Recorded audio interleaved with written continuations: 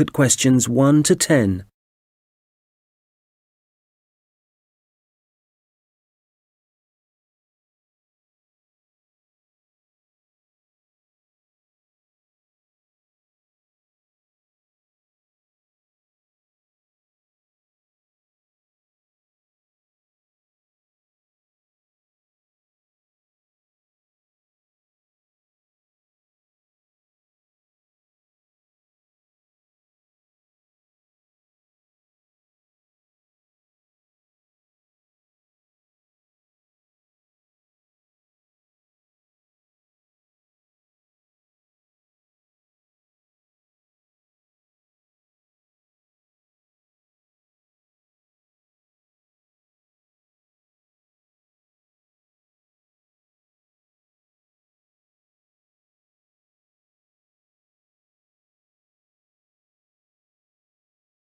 Fairfield Rentals, Andrew Williams. How can I help you? Oh, hello. I'm calling from the UK. My family are moving to Canada early next year, and we're hoping to find somewhere to rent in Fairfield for the first 6 months while we settle in. Right, I see. Well, let's get your details. Yes, my name's Jane Ryder. Okay, Jane. And can I have a phone number? The best number to get you on. Well, that'd probably be our home number. So, 0044 for the UK, and then it's 208 613 2978. All right. And an email address, please, so we can send you out all the information and forms. I think it's best if I give you my husband's email. He's sitting in front of a computer all day, so he can print stuff off and get it back to you sooner than I could. It's richard@visiontech.co.uk. I'll just spell the company name for you. That's VISIONTECH.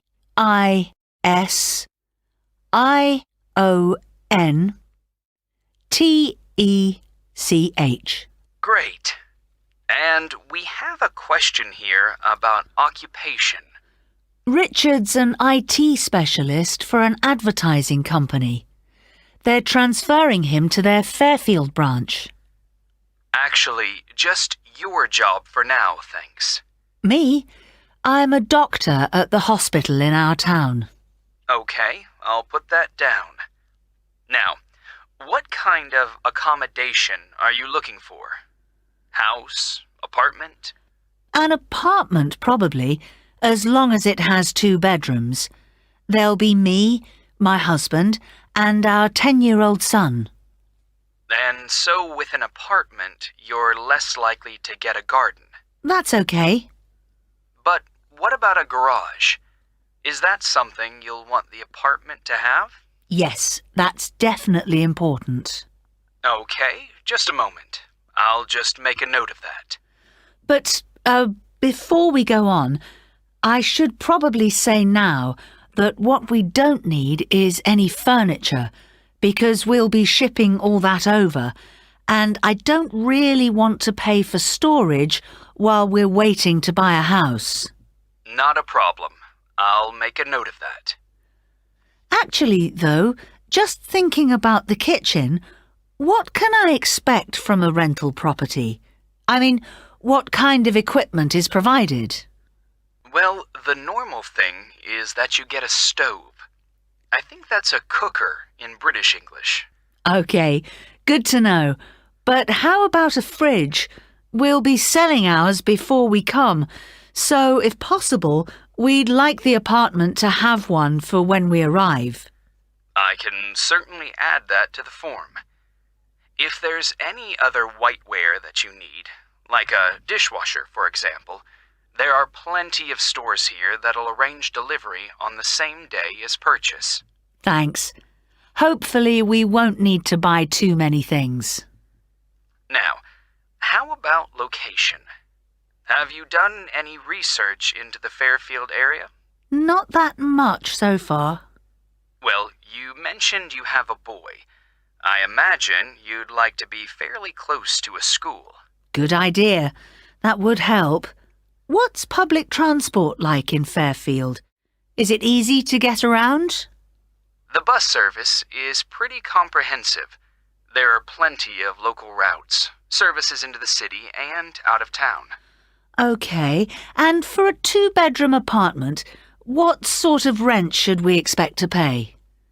Well, looking at the properties we have at the moment, prices start from around $730 per month and, depending on the area, can go up to $1,200. That's too much. Something halfway would be better. So, would your limit be, say, $950? I'd say so, yes.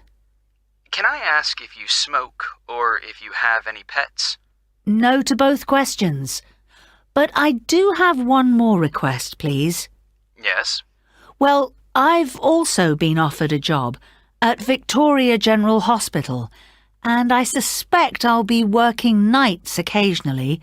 So what I really need from any apartment is for it to be quiet, so I can catch up on sleep if necessary during the day. Congratulations on the job offer. I'll add your request to the form.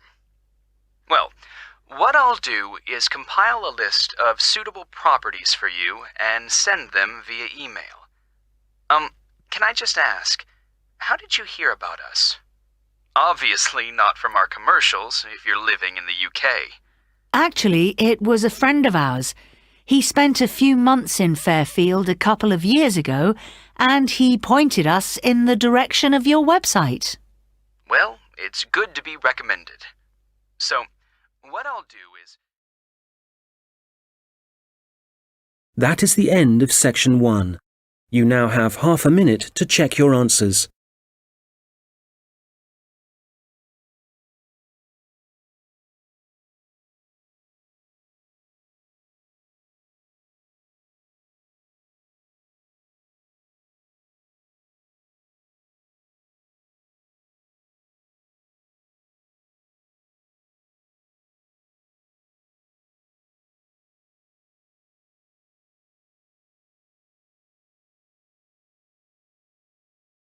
Now turn to section 2.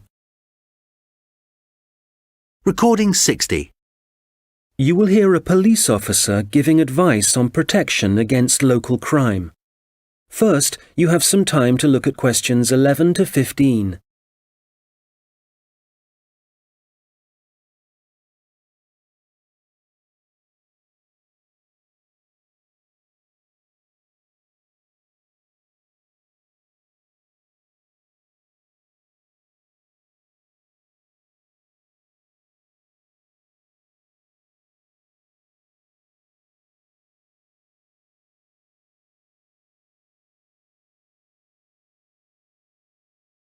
Well, good afternoon. I'm Constable James MacDonald, and as you may know, I'm the community police officer for the local area.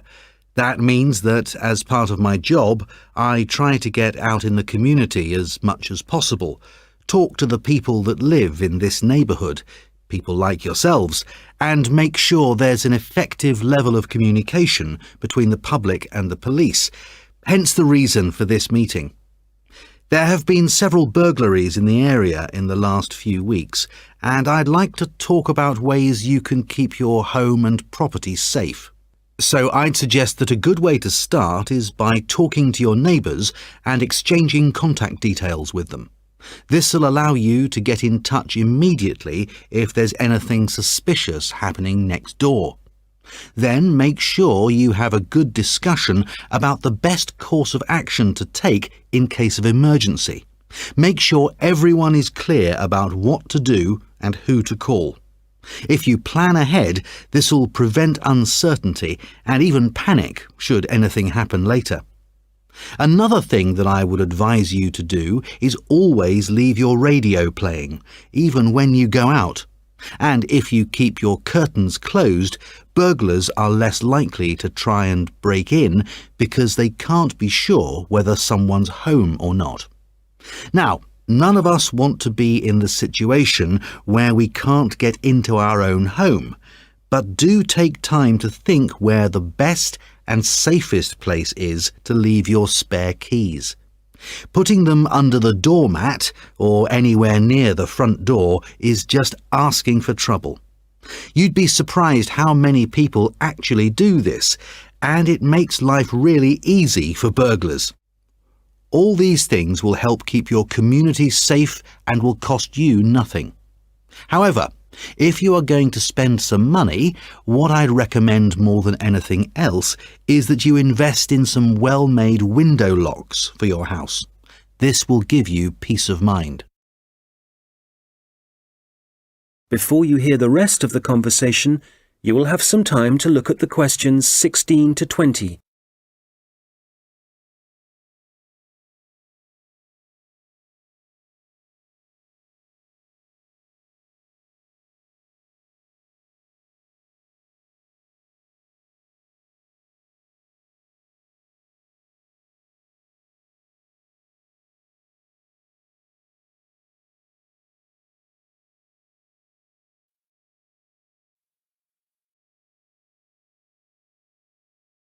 Now listen and answer questions 16 to 20. OK, moving on. Unfortunately, there's been an increase in the number of minor crimes and antisocial behaviour in the general area, and I want to talk about some specific prevention measures that are being proposed. First of all, the skate park. As you probably know, it's well used by younger people in our community, but unfortunately we're getting more and more reports of broken glass, making it especially dangerous for younger children. One possible solution here is to get rid of some of the trees and bushes around the park, making it more visible to passers-by and vehicles. If the vandals know they're being watched, this might act as a deterrent. As you will have heard, a couple of local primary schools have also been vandalised recently, despite the presence of security guards. The schools don't have the funds for video surveillance, so we need people in the neighbourhood to call their nearest police station and report any suspicious activity immediately. Please don't hesitate to do this. I expect most of you are familiar with the problems facing Abbotsford Street. It seems that no amount of warning signs or speed cameras will slow speeding drivers down. I'm happy to say, however, that the council have agreed to begin work over the next few months to put in a new roundabout. What else? Oh yes, the newsagent and the gift shop on Victoria Street were both broken into last week, and although no money was taken, the properties have suffered some serious damage. Access was gained to these shops through the small alleyway at the back of the properties. It's dark, and as you can imagine, no one saw the thief or thieves in action. So we've been advising shop owners along there about what kind of video recording equipment they can have put in. We'll then be able to get evidence of any criminal activity on film. The supermarket car park is also on our list of problem areas. We've talked to the supermarket managers and council authorities, and we've advised them to get graffiti cleaned off immediately and get the smashed lights replaced. If you don't deal with this sort of thing at once, there's a strong possibility that the activity will increase and spread, and then it becomes... That is the end of section 2. You now have half a minute to check your answers.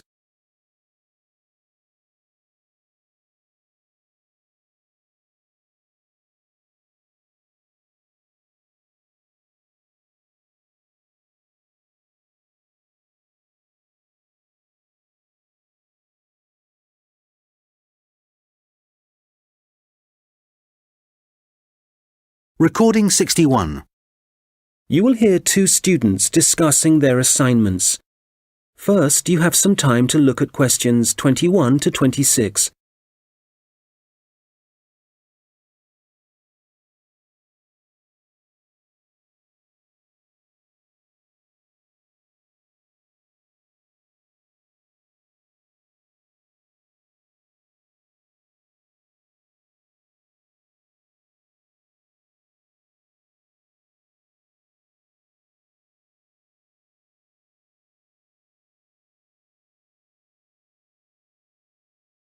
Hi, Mike. How's it going? Actually, I was up last night with an assignment, so yeah, I'm tired, but I guess we'd better sort this presentation out. Well, we've done enough background reading, but I think we need to organise exactly what we're going to say about biofuels during the presentation, and the order. I thought we could start by asking our audience what car engines were first designed to run on. Fossil fuels or biofuels? Nice idea. Yes, when most people think about cars and fuel, they think about all the carbon dioxide that's produced, but they don't realise that that wasn't always the case. You're probably right. The earliest car engines ran on fuel made from corn and peanut oil, didn't they? Yes. The manufacturers used the corn and peanut oil and turned them into a kind of very pure alcohol. You mean ethanol? Yes. In fact, most biofuels are still based on ethanol. Actually, I've got some notes here about the process of turning plant matter into ethanol, the chemical reactions and the fermentation stages. And it's interesting. The other students would appreciate it, but different biofuels use different processes. And if we give a general description, there's a risk we'll get it wrong, and then the tutor might mark us down. I'd rather we focus on the environmental issues. Fair enough. So, the main plants that are used for biofuel production now are sugarcane, corn... and canola. Of all of them, canola is probably the least harmful because machines that use it don't produce as much carbon monoxide. Sugarcane seems to be controversial. It doesn't require as much fertiliser as corn does to grow, but when they burn the sugarcane fields, that releases loads of greenhouse gases. Yes, but some critics have suggested that the production of corn ethanol uses up more fossil fuel energy than the biofuel energy it eventually produces. For that reason, I'd say it was more harmful to the environment. I see what you mean. You're probably right. It's interesting how everyone saw the biofuel industry as the answer to our energy problems, but in some ways, biofuels have created new problems. Well, in the USA, I wouldn't say that farmers are having problems. The biofuel industry for them has turned out to be really profitable. I think, though, that even in the USA, ethanol is still only used as an additive to gasoline or petrol. The problem is that it still has to be transported by trucks or rail because they haven't built any pipelines to move it. Once they do, it'll be cheaper and the industry might move forward. That'll have to happen one day. At least the government are in favour of biofuel development. Yes, but Brazil's probably in the lead as far as biofuels are concerned. They've got to the point where they don't need to import any oil now. Which is great. And the industry in Brazil employs a huge number of people. But is it sustainable? I mean, as the population grows and there are more vehicles on the roads and there's more machinery, surely they can't depend so much on sugarcane. At some point, there has to be a limit on how much land can be used for sugarcane production. Certainly, if you want to preserve natural habitats and native wildlife. I think that whatever problems Brazil's facing now, the same will be true for any country. You have to weigh up the pros and cons.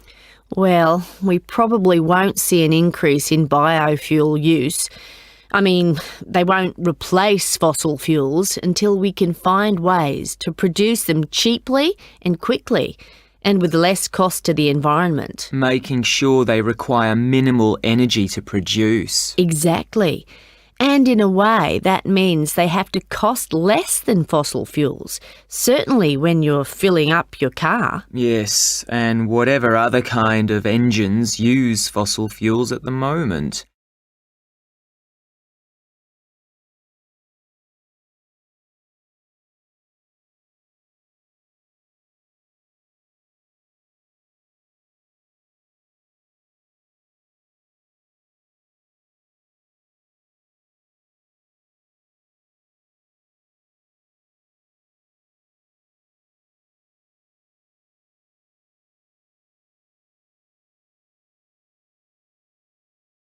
Now listen and answer questions 27 to 30.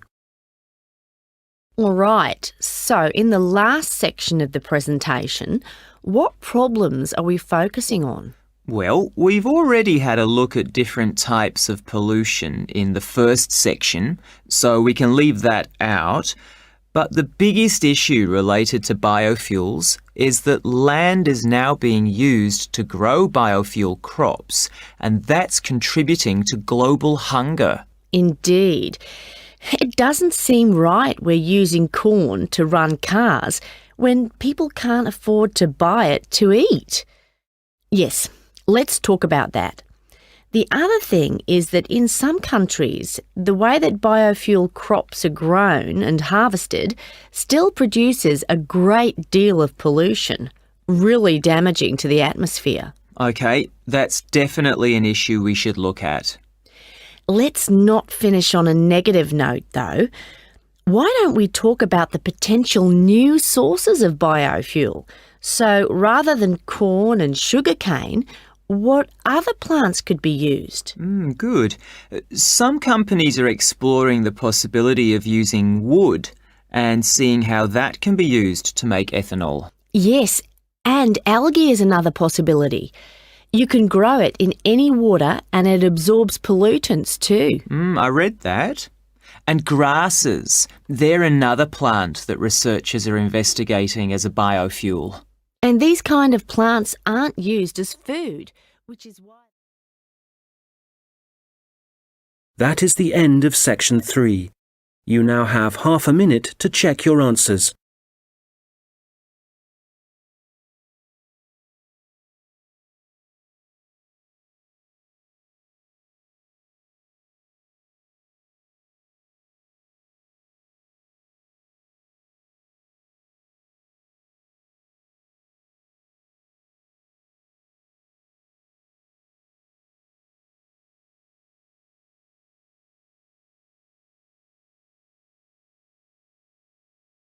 Now turn to section 4.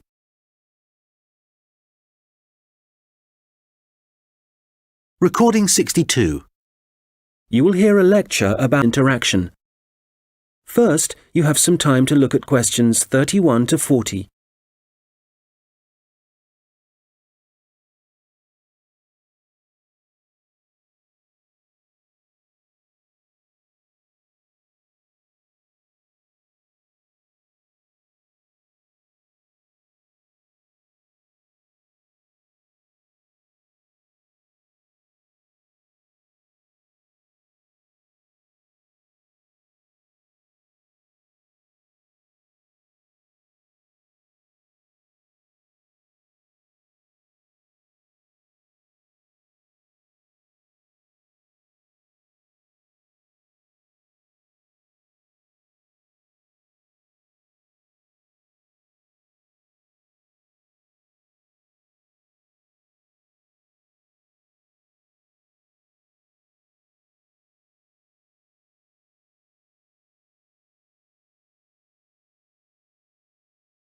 Good morning.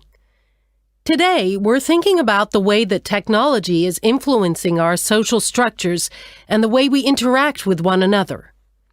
Humans, as we know, have always lived in groups. Without this arrangement, our species would have died out long ago. But now, the way we see and define our group is changing.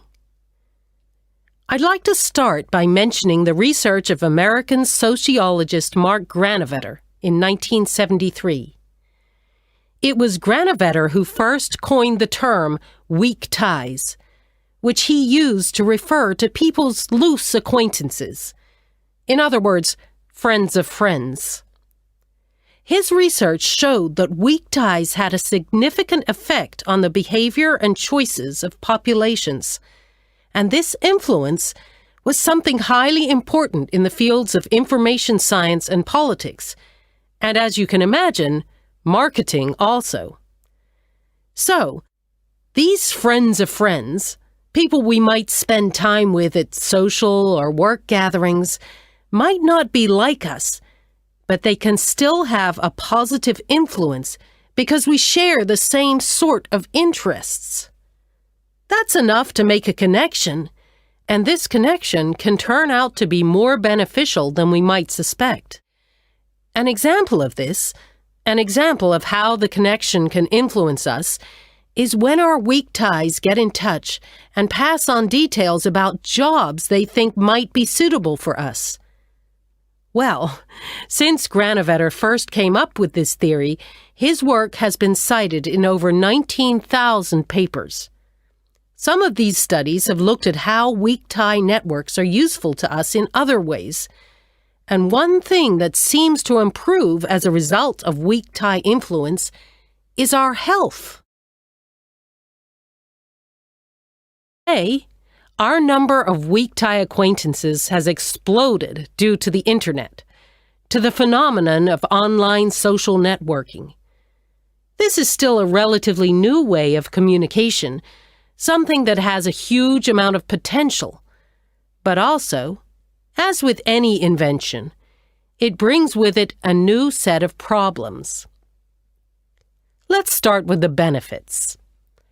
Without question, online social networking allows us to pass on the latest news, to be up to date with local and global events, and for many, this information comes from sources more trustworthy than local media.